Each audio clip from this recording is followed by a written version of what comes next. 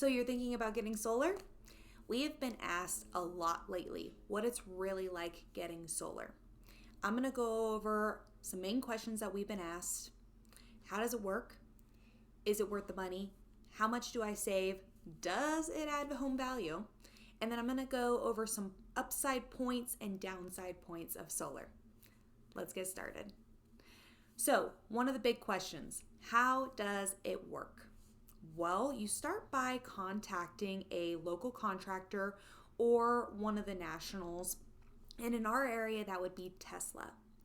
They start the process by inspecting your roof to make sure it can actually handle solar, and go over your annual power bill to determine your kilowatt usage, which will determine how many panels you need and you can put on your roof. You can look at power bank options as well. You don't necessarily need one, but we highly recommend it. Majority of us are out and about during the day, whether it's we're at work or we're running errands, and so we'll be using most of the energy in the later hours of the day where there's less sun. Having that power bank, it's like a battery.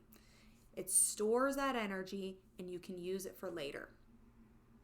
Most companies do offer options to either purchase, whether that is fully purchasing the solar outright in cash or a loan option, or they offer a lease option that you can return it later down the road.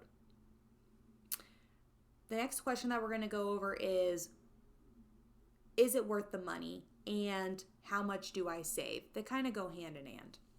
This is definitely a personal needs question. Okay, we're finding that solar costs anywhere between $20,000 and $30,000 on average. And it's taking 8 to 10 years for people to start to see the return on that investment. If you have any thought of moving in the near future, solar may not be the best option for you. And in regards to how much do I save? A lot of people are getting loans for the solar.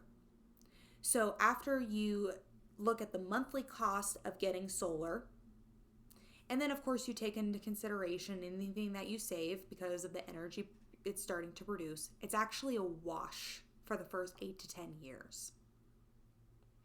And probably the biggest question that we get and the most asked question is, does it add value to my home?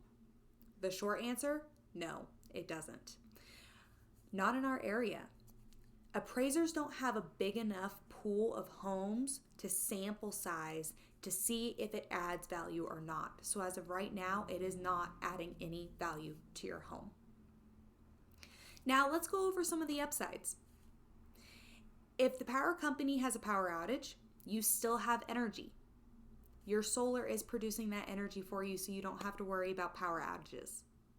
If the power company ever tries to limit the amount of power to your home, you have that solar producing that energy, so you have a consistent amount of energy coming to you. And if you have the power bank, you'll have backup energy to use as well. If they ever do a rate increase, you don't have to worry about that cost unless you're having to use energy from the energy companies. But in theory, your solar will be your main source of energy. It's also nice if you do have a power bank. On average, they have warranties of up to 10 years, which is a very long time. And if you decide to purchase solar and not lease it, there is a solar tax credit. You get 30% of up to 30% of what you spent on the solar back on your taxes. Okay, now let's go through downsides. You will always pay NV Energy. Yes, you heard me right.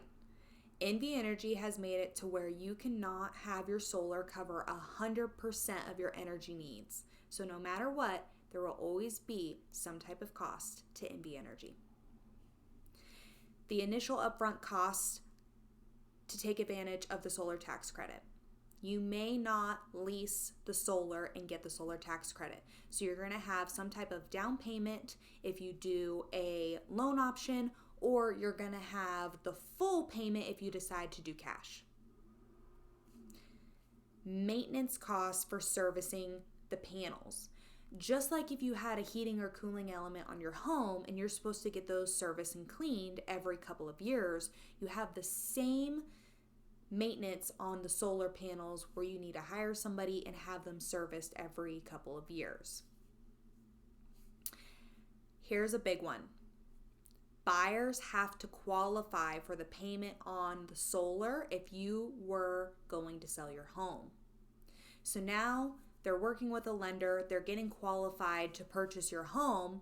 They also take into consideration things like HOA and other monthly bills. Now they also have to add that monthly payment on top of that for the solar if it's not paid off. That could make a buyer's buying power a lot lower and potentially make it to where they can't qualify for your home. Things happen, right? You don't know how long you're going to be in your home. Some type of life event could take you away and move you out of state. You just never know. And it doesn't add value to your home. We hope that this video was helpful going over solar. If you have any other questions, feel free to give us a call. We are here for anything and everything that you could possibly need.